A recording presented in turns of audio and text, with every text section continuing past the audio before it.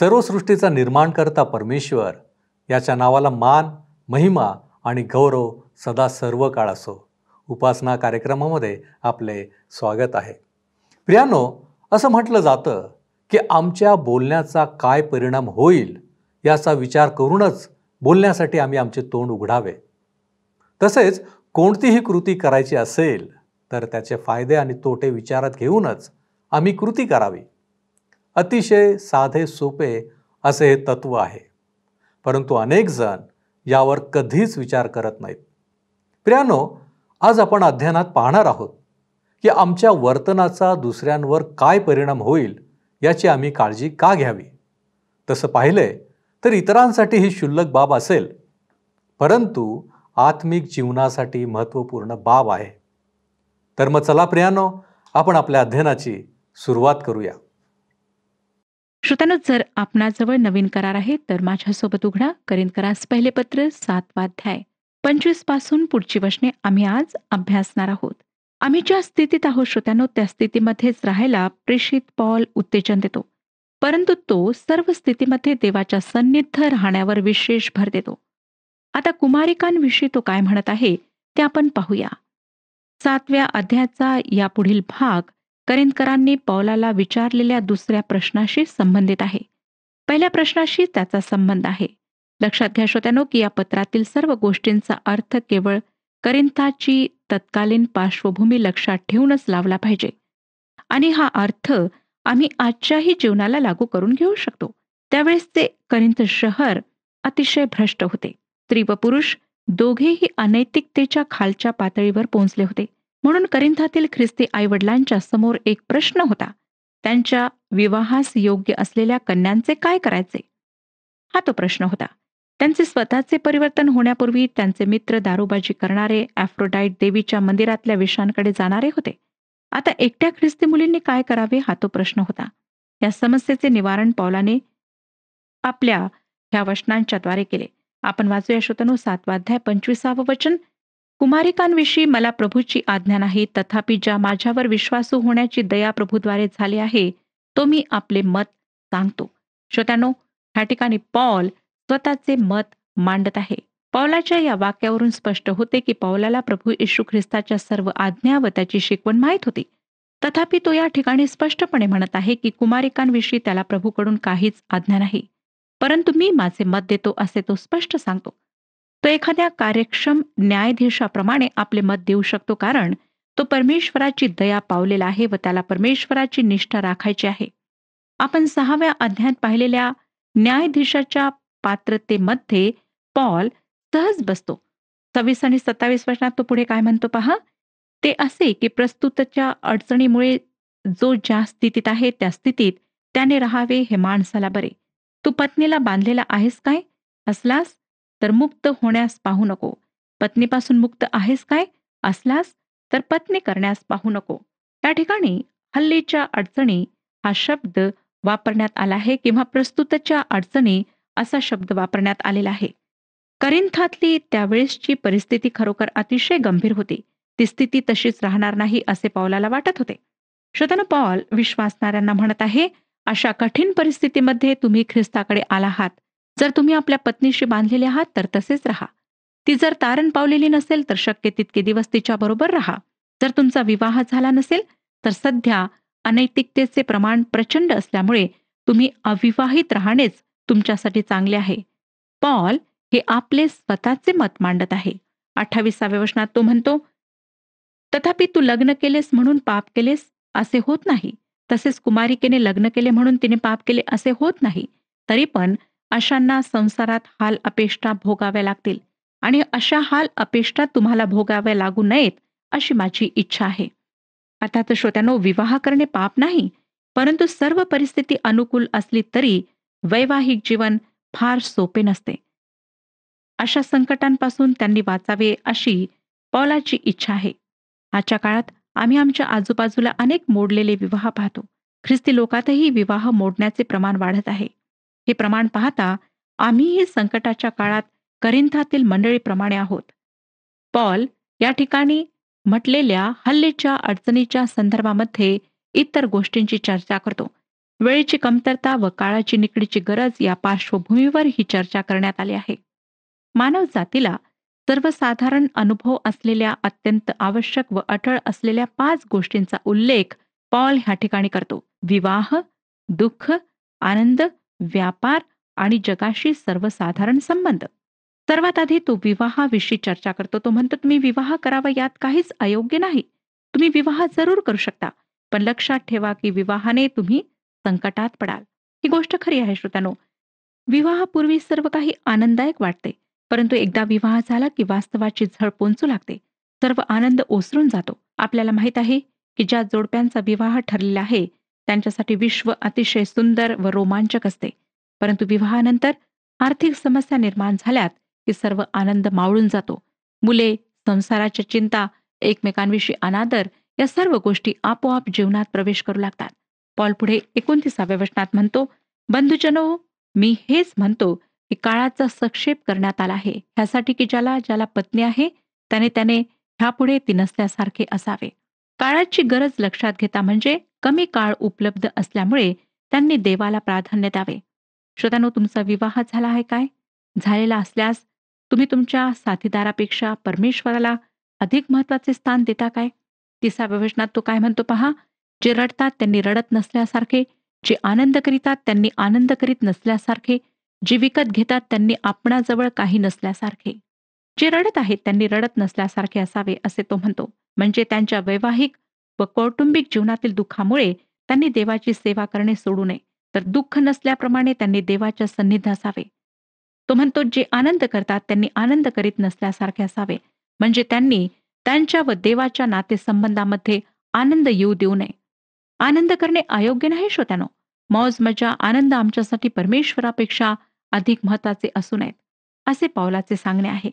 नंतर तो 31व्या वचनात पहा काय म्हणतो, आणि जे ह्या जगाचा उपयोग करीतात त्यांनी त्याचा उपयोग पूर्णपणे करीत नसल्यासारखे असावे, कारण ह्या जगाचे बाह्य स्वरूप लयास जात आहे. परमेश्वराचे वचन आम्हाला सांगते की या जगात आम्ही असलो तरी या जगाचे आम्ही नाही. परंतु त्याचा अर्थ असा नाही श्रोत्यानो की आम्ही जगाशी पूर्णपणे अलिप्तपणे वागावे. आम्ही जगाचा उपयोग करावा. आम्ही जगाचा उपयोग करावा, परंतु दुरुपयोग करू नये. जगातील अनेक गोष्टी सुंदर आहेत. सृष्टी सुंदर आहे. तिचा आनंद घेण्यात काहीच हरकत नाही. परंतु सृष्टीची उपासना करणे अयोग्य आहे. त्या वस्तू, सृष्टी परमेश्वरासाठी पर्याय होऊ शकत नाहीत. कारण परमेश्वर निर्माण करता आहे व त्या गोष्टी त्याची निर्मिती आहेत. निर्मितीची पूजा करून काही साध्य होणार नाही. तुमच्यापैकी ज्यांना ख्रिस्ताच्या प्रीतीचा अनुभव नाही त्यांना असे वाटणे साहजिक आहे की पॉल एक अशक्य गोष्ट सांगत आहे. तो जे सांगतो ते केवळ स्थित प्रज्ञच करू शकेल. श्रोत्यानो, पॉल अशक्य गोष्टी करण्याची आमच्याकडून अपेक्षा करीत नाही. तो स्वतः ह्या सर्व गोष्टींमधून गेला होता. त्याने त्यांच्यावर विजय प्राप्त केला होता. या विजयाचे एक गुपित त्याने आम्हाला फिलिप्पिकरास पत्र 4 अध्याय 12 आणि 13 वचनात सांगितले आहे. तो म्हणतो, दैन्यावस्थेत राहणे मला समजते, संपन्नतेतही राहणे समजते. हर एक प्रसंगी अन्नतृप्त असणे व क्षुधित असणे, संपन्न असणे व विपन्न असणे ह्याचे रहस्य मला शिकवण्यात आले आहे. मला जो सामर्थ्य देतो त्याच्याकडून मी सर्व काही करावयास शक्तिमान आहे.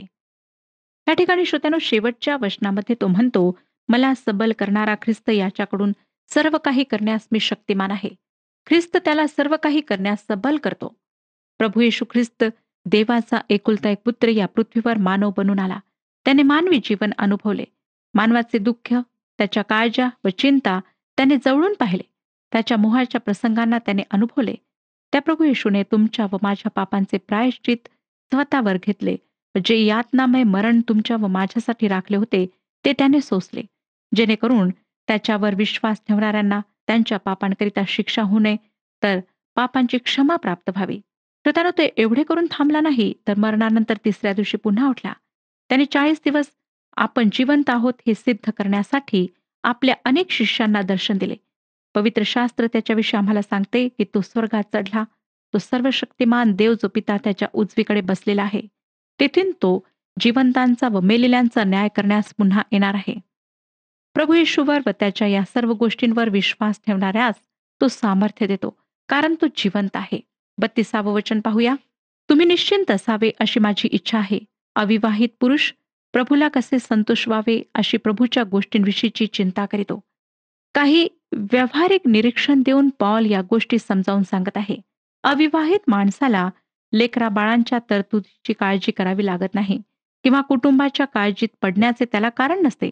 अविवाहित व्यक्ती परमेश्वराच्या गोष्टींसाठी, सेवेसाठी आपला वेळ खर्च करू शकते. नंतर 33वे वचन, परंतु विवाहित पुरुष आपल्या पत्नीला कसे संतोष व्हावे अशी जगाच्या गोष्टींविषयीची चिंता करीतो, जेणेकरून त्याचे मन द्विधा झालेले असते. विवाहित पुरुष आपल्या पत्नीला संतोष विण्याचा प्रयत्न करतो. हे अगदी नैसर्गिक व साहजिक आहे, यात काहीच गैर नाही. परंतु त्याच्या ह्या जीवनामध्ये त्याने परमेश्वराला प्रथम स्थान द्यायला हवे, तरच त्याचे हे जीवन परमेश्वराला स्वीकार्य होईल. नंतर 34 आणि 35 वचने, जी अविवाहित किंवा कुमारी आहे ती आपण शरीराने व आत्म्यानेही पवित्र व्हावे अशी प्रभूच्या गोष्टींविषयीची चिंता करीते. परंतु जी विवाहित आहे ती आपण आपल्या पतीला कसे संतोष व्हावे अशी जगाच्या गोष्टींविषयीची चिंता करीते. हे मी तुमच्याच हितासाठी सांगतो. तुम्हास फासात गुंतवावे म्हणून नव्हे, तर तुमच्या हातून उत्तम आचरण व प्रभूची सेवा एकाग्रतेने व्हावे म्हणून सांगतो. श्रोत्यानो, विवाहित स्त्री व विवाहित पुरुष आपल्या जीवन साथीदाराला खुश ठेवण्याचा प्रयत्न करतात, यात काही गैर नाही. परंतु परमेश्वराला वैयक्तिक जीवनात त्यांनी प्रथम स्थान दिले पाहिजे. प्रभू परमेश्वराने आम्हाला दिलेली पहिली आज्ञा हीच गोष्ट सांगते. जर माझा साथीदार परमेश्वर व मी यांच्या आड येत असेल तर ती एक मूर्तीपूजा आहे. देवाच्या दृष्टीने ती अयोग्य आहे. बऱ्याचदा परमेश्वराच्या आपण जवळ आहोत, तो आपला मित्रच आहे अशा मतामुळे आपण त्याला आपल्या वैयक्तिक जीवनात प्राधान्य द्यायचे विसरतो. तर श्रोत्यानो, अशा प्रकारे आपण जर वागत आहात तर आज परमेश्वर आपल्या वचनाच्या द्वारे आपणाला सतर्क करीत आहे. आणि परमेश्वराची हीच इच्छा आहे की आपल्या जीवनात, मग ते वैवाहिक जीवन असो किंवा अविवाहित राहून आपण जीवन जगत असाल, तर परमेश्वराला प्रथम स्थान द्या, परमेश्वराच्या इच्छेला प्रथम स्थान द्या आणि नंतर आपल्या जीवनसाथीला आणि इतर गोष्टींना महत्त्व द्या. वैवाहिक संबंधामध्ये देवास दिलेले प्राधान्य ही अत्यंत महत्त्वाची गोष्ट आहे. आपले आध्यात्मिक जीवन कसेही असो, परंतु जर आपण आपल्या वैवाहिक व वैयक्तिक जीवनात देवाला प्राधान्य देत नसाल तर आपला विवाह आदर्श ख्रिस्ती विवाह असू शकणार नाही. पॉल पुन्हा म्हणतो की अविवाहित व्यक्ती कोणत्याही अडखळण्याशिवाय देवाकडे लक्ष केंद्रित करू शकतो.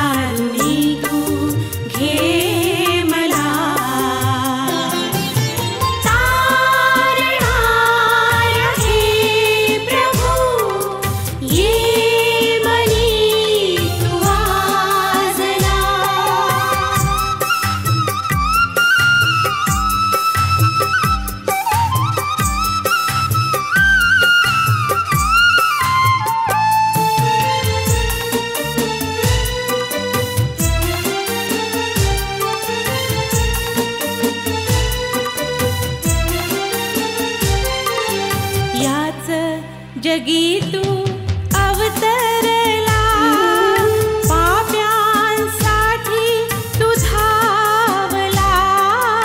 याच जगी तू अवतरला, पाप्यांसाठी तू धावला. त्या क्रूसाला तू कवटाळीने तारण दे मला.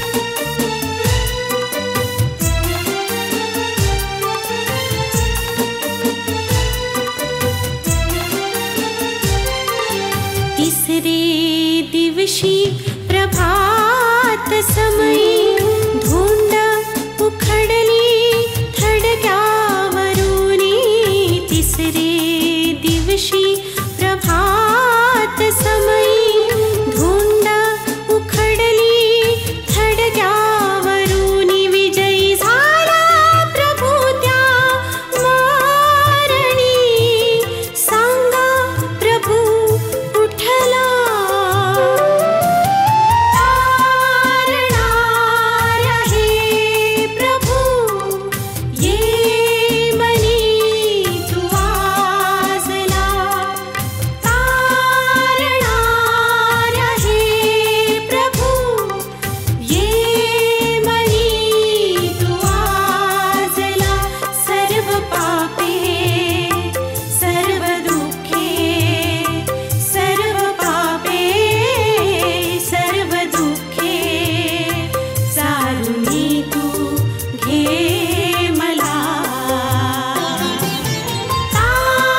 तारणाऱ्या हे प्रभू, ये मनी तू वाजला. ये मनी तू वाजला. 39 वचन पहा.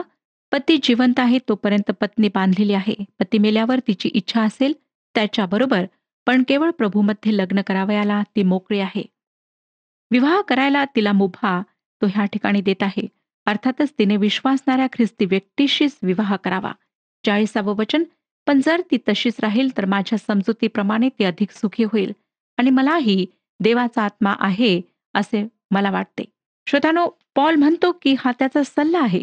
सर्वात महत्वाची गोष्ट म्हणजे देवाची सेवा करणे, त्याला आपल्या जीवनात प्राधान्य देणे. जरी एखादी व्यक्ती विवाहित असेल तरीही तिच्या जीवनात परमेश्वराला प्रथम स्थान असायला हवे. आतापर्यंत करिंथकरांच्या समोर असलेल्या विवाहाविषयक प्रश्नांना पौलाने दिलेल्या उत्तरांचा आपण अभ्यास केला. आता आपण 8व्या अध्यायाला सुरुवात करूया. या अध्यायात पॉल त्यांच्या आणखीन एका प्रश्नाचे उत्तर देत आहे. श्रोत्यानो, या अध्यायात मांस खाण्याविषयी ख्रिस्ती व्यक्तीचे स्वातंत्र्य याविषयी पौलाने स्पष्टीकरण दिले आहे. ख्रिस्ती स्वातंत्र्याविषयी 8वा अध्याय ते 11व्या अध्यायाची सुरुवात यामध्ये पॉल स्पष्टीकरण देतो. त्यामध्ये ख्रिस्ती स्वातंत्र्याच्या अनेक पैलूंचा विचार करण्यात आला आहे. या अध्यायात आपण मांस खावे किंवा न खावे या प्रश्नाविषयी व देवाच्या लेकराला याबाबतीत स्वातंत्र्य असावे काय याविषयी पॉल चर्चा करतो. पॉल हे पत्र करिंथकरांना उद्देशून लिहित आहे, ज्यांना तो देह स्वभावाचे लहान बाळाप्रमाणे असलेले असे नाव देतो. ही गोष्ट या विभागाचा अभ्यास करताना आपण लक्षात ठेवायला पाहिजे. तो त्यांच्या दैहिक गोष्टींविषयी बोलतो व नंतर आत्मिक गोष्टींवर तो लक्ष केंद्रित करतो. श्रोत्यानो, तुमच्या व माझ्यासाठी हा विभाग महत्वाचा आहे, कारण आमची सहकालीन मंडळी दैहिक जीवन जगते व देह स्वभावाची आहे व त्याप्रमाणे वागते. आहाराचा प्रश्न विवाह व घटस्फोट यांच्यासारखा वादग्रस्त नाही. आहार कित्येक लोकांसाठी एक फॅड असते. अनेक संप्रदाय व विचार प्रणालीसाठी विशिष्ट आहार हे त्यांच्या विधींचा एक महत्वाचा भाग आहे. त्यांच्यापैकी अनेकांचे आहारविषयक कठोर नियम असतात. जुन्या करारामध्ये परमेश्वराने इस्रायली लोकांना मांस खाण्याविषयी काही विशिष्ट निर्बंध घातले होते. गवत खाणाऱ्या व खूर विभागलेल्या प्राण्यांचे मांस खाण्याची त्यांना मुभा होती. त्यात डुकराचा समावेश नव्हता, कारण त्याचे खूर विभागलेले असले तरी ते गवत खात नाही. काही पक्षी व मासे त्यांना निषिद्ध होते. लेवीचे पुस्तक व अनुवाद 14वा अध्याय ह्यामध्ये याविषयी अधिक तपशील आपल्याला सापडेल. काही संप्रदाय या गोष्टींचा तपशील नीट न अभ्यासता आहाराविषयी आपल्या सभासदांवर निर्बंध लादतात. परमेश्वराने इस्रायली लोकांना आहारविषयक निर्बंध का घालून दिले, त्यांना विशिष्ट आहार घेण्यास का सांगितले, त्याने सर्व काही स्पष्ट केले आहे. त्यासाठी आपण अनुवादाचे पुस्तक 14वा अध्याय अवश्य वाचा. मला वाटतं श्रोत्यानो, हा आहार स्वास्थ्याकरिता महत्वाचा होता. परमेश्वराने इस्रायली लोकांना त्यांच्यासाठी योग्य चांगले असलेले अन्न दिले. आजकाल डॉक्टर्स सुद्धा आजारांसाठी विशिष्ट आहार सांगतात, ज्यामध्ये काही पदार्थांचा समावेश होत नाही. आहाराप्रमाणेच पवित्र शास्त्र आम्हाला इतर अनेक गोष्टी ज्या आमच्यासाठी अयोग्य आहेत त्याविषयी धोक्याचा इशारा देते. उदाहरणार्थ, पवित्र शास्त्र दारूबाजीचा धिक्कार करते. त्याविषयी काही वाद नाही किंवा शंका नाही. श्रोत्यानो, आमच्या जीवनाचा कोणताही पैलू असा नाही की त्याविषयी आम्हाला पवित्र शास्त्र काही सांगत नाही. प्रत्येक बाबतीत पवित्र शास्त्र आम्हाला काही ना काही सूचना अवश्य देते. आता खाण्याविषयी जे तत्व आहे ते समजून घेताना करिंथाच्या मंडळीची पार्श्वभूमी आपण लक्षात ठेवा व तत्कालीन करिंथातल्या चालीरीती व एकूण परिस्थितीही लक्षात घ्या. तरच पॉल काय म्हणतो ते आपण नीट समजू शकाल. करिंथात मांसाहार करण्यासाठी हॉटेल्स उपलब्ध नव्हते. चांगले मांस केवळ मंदिराने चालविलेल्या मांसाच्या दुकानात मिळत असे. करिंथामध्ये मूर्तीला यज्ञ करण्यासाठी लोक जनावरे विकत घेत. त्यांच्याकडे असलेले सर्वोत्तम जनावरे ते आणत आणि ते देवीच्या समोर अर्पण करीत. त्या प्राण्याचे मांस देवीच्या समोर फार काळ राहत नसे, कारण मूर्तीचा आत्मा त्या प्राण्याचा आत्मा खाऊन टाकते, असा त्या लोकांचा विश्वास होता. मूर्तीचे भोजन तेवढेच असे. त्यानंतर ते मांस घेऊन मंदिराभोवती असलेल्या छोट्या दुकानांमध्ये विक्रीसाठी ठेवत. चांगले मांस विकत घेण्यासाठी या दुकानात लोकांना जावे लागे. करिंथातील काही ख्रिस्ती लोक या सरावामुळे दुखावल्या गेले, संतापले व त्यांनी पौलाला याविषयी प्रश्न विचारलेत. एखाद्या ख्रिस्ती कुटुंबाच्या घरी ह्या मांसाचे भोजन करायची वेळ आल्याने ते दुखावले होते व त्यांच्या त्या गोष्टीला असलेल्या विरोधामुळे संबंधित कुटुंबही दुखावले जाई. मूर्तीला वाहिलेले पदार्थ खाणे चुकीचे आहे असे त्यांना वाटत होते. या प्रश्नाविषयी पॉल या अध्यायात चर्चा करीत आहे. पहिली 2 वचने सांगतात, आता मूर्तीला दाखविलेल्या नैवेद्याविषयी आपल्या सर्वांना ज्ञान आहे हे आपल्याला ठाऊक आहे. ज्ञान फुगविते, प्रीती उन्नती करते. जर कोणाला वाटत असेल की आपल्याला एखादी गोष्ट कळते तर ज्याप्रमाणे कळले पाहिजे त्याप्रमाणे त्याला अद्याप कळत नाही. श्रोत्यानो, ज्ञान माणसाला फुग्याप्रमाणे फुगवते, परंतु प्रीती त्याचे अंतःकरण भरून टाकते. देवाविषयी प्रीती व इतरांविषयीची प्रीती यांच्याद्वारे आमचे वर्तन ठरले पाहिजे, किंवा आमच्या वर्तनाचा उगम या 2 प्रकारच्या प्रीतीमध्ये असायला हवा. परंतु ज्ञान नुसतेच फुगवते व त्यामुळे आमचे इतरांशी वागणे काहीसे उद्धटपणाचे होते. अनेक लोकांची हीच समस्या आहे की त्यांना वाटते की त्यांना पुष्कळ ज्ञान आहे, परंतु वास्तविक पाहता त्यांना फारच थोडे ज्ञान असते. या पत्राच्या सुरुवातीलाच आपण पाहिले की करिंथकरांना स्वतःच्या ज्ञानाचा अतिशय गर्व होता. 3रं वचन सांगतं, जर कोणी देवावर प्रीती करीत असेल तर देवाला त्याची ओळख झालेली आहे. श्रोत्यानो, आमचे वागणे ज्ञानाने मार्गदर्शित झालेले नव्हे तर प्रीतीने मार्गदर्शित झालेले असायला हवे. 4थं वचन, आता मूर्तीला दाखविलेले नैवेद्य खाण्यासंबंधाने आपल्याला ठाऊक आहे की जगात देवाची म्हणून मूर्तीच नाही आणि एकाखेरीज दुसरा देव नाही. तुम्ही ख्रिस्ताकडे आल्यावर तुमच्याजवळ देवाचे वचन असल्यावर तुम्हाला माहीत होते की सत्य काय आहे. पॉल सांगतो की एकच देव आहे.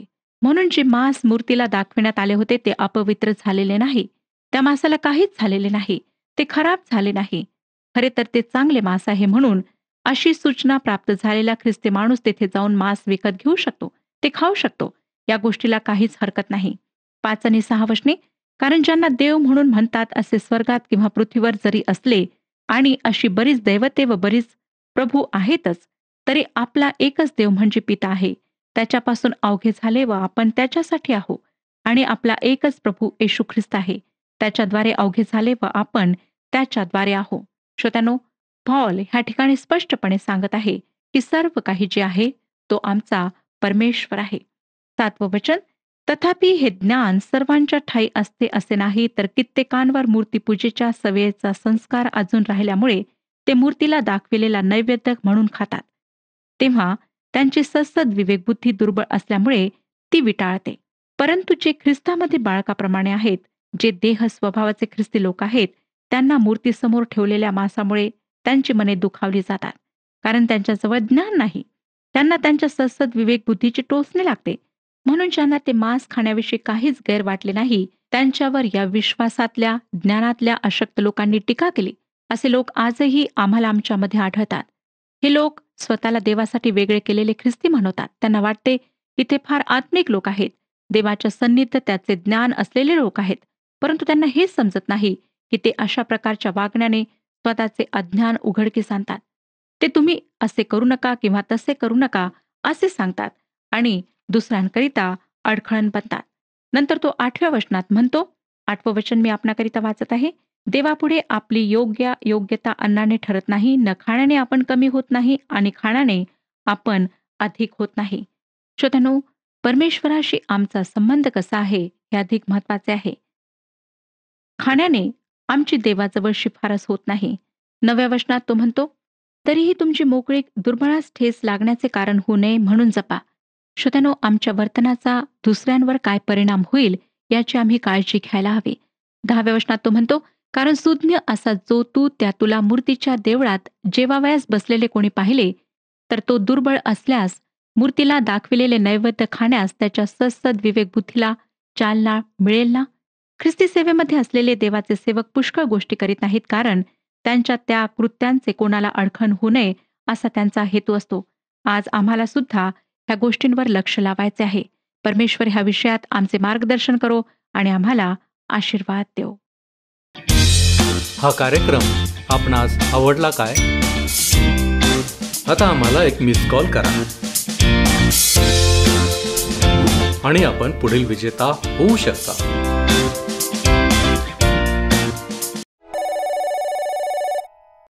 प्रियांनो, मनुष्याचे मुख्य कर्तव्य आहे की आपल्या निर्माणकर्त्याला आपल्या कृतीच्या द्वारे संतोष व्हावे.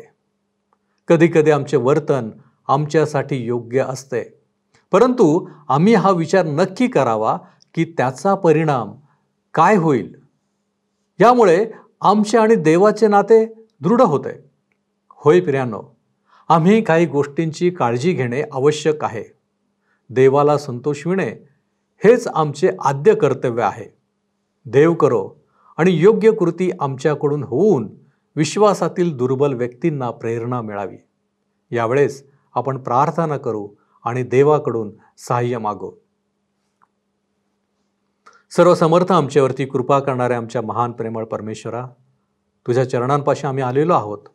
आमच्या जीवनाबद्दल आम्ही तुझे आभारी आहोत. यासाठी की बापा, आमचं जीवन हे तुझ्यामुळं आशीर्वादित झालेलं आहे.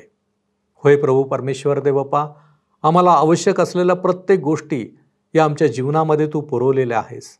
आणि बापा, सातत्यानं तुझ्या कृपेचा वर्षाव आमच्या जीवनामध्ये होत आहे. होय परमेश्वरा, आम्ही केवळ आमच्या इच्छेने जगू नये, तर बापा तुझी इच्छा आम्ही समजून घ्यावी. तुझ्या इच्छेने वागण्याचा आम्ही प्रयत्न करावा. आमचं बोलणं योग्य असावं. आणि प्रभूजी, आम्ही नेहमी आधी विचार करावा आमच्या बोलण्याचा काय परिणाम होणार आहे. होय परमेश्वरा, या गोष्टी ज्या आज आम्ही शिकलेलो आहोत त्या आमच्या अंतःकरणामध्ये आम्ही तुझ्याद्वारे ठसवून घेतो. आणि प्रभूजी, आम्ही निश्चय करतो की या तुझ्या मार्गदर्शनाप्रमाणे आमच्या जीवनामध्ये आम्ही चालू आणि बापा तुला संतोष देण्याचा आम्ही प्रयत्न करू. आणि म्हणूनच बापा, आम्ही स्वतःला तुझ्या हाती सोपवितो आणि या विनंत्या येशू ख्रिस्त आमचा प्रभू याच्याद्वारे करतो, म्हणून तू ऐक. आमेन. प्रभू येशूची कृपा आपणाबरोबर सदैव असो.